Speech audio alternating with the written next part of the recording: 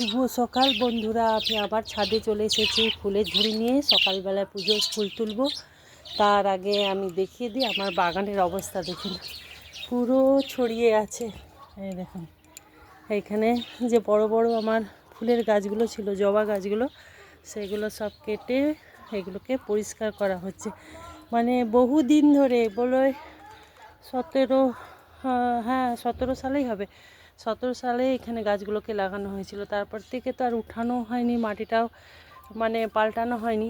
সেই জন্য এই গাছগুলোকে সব তুলে দিলাম। এই দেখুন শিকড় পড়ে আছে, কত মোটা মোটা শিকড় হয়ে গেছে, আর এগুলোতে ভর্তি শিকড় হয়ে গেছে।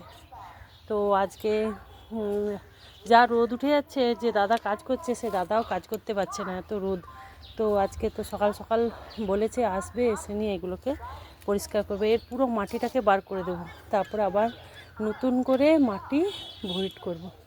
তো এবারে আর এখানে ফুলের গাছ আমি লাগাবো না, এইখানে এবারে শীতের সবজি লাগাবো এই ভেবে রেখেছি। আর এই দেখুন পুরো বাগানটা দেখুন পুরো ছড়িয়ে আছে।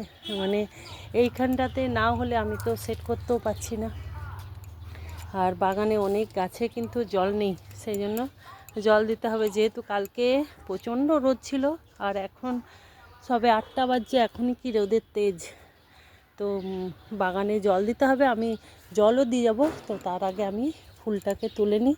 আর ওই পাশে দেখুন আবার একটা ছোট্ট পদ্মের কুঁড়ি দেখা যাচ্ছে। তো চলুন আগে ফুলটাকে আমি তুলে নিই। এই দেখো বন্ধুরা, এইখানটা কি সুন্দর লাগছে,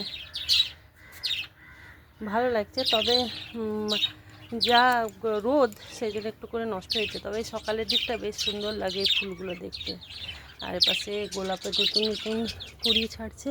এই দেখো আমার বাগানটা এই পাশটাও দেখো, এইখানে এত বৃষ্টি হয়েছে, দেখো বৃষ্টিতে এই ইয়েটাই ভেঙে গেছে। আর এখানে দেখো কালকে জল দেওয়া হয়নি, এই গাঁদা গাছগুলো সব নিয়ে গেছে প্রত্যেকটা গাছ। আর এখানে দেখো কি সুন্দর একটা গোলাপ। আর এই দেখো আরেকটা খুব সুন্দর জিনিস দেখাচ্ছি, চলে গেল, অতিথি এলো আবার চলে গেল। এই দেখো বাগানে এখন কিন্তু অনেক ফুল ফুটেছে, তাই ফুলগুলোকে আমি তুলে নেব। এই দেখো বন্ধুরা, আমার ফুল তোলা হয়ে গেছে।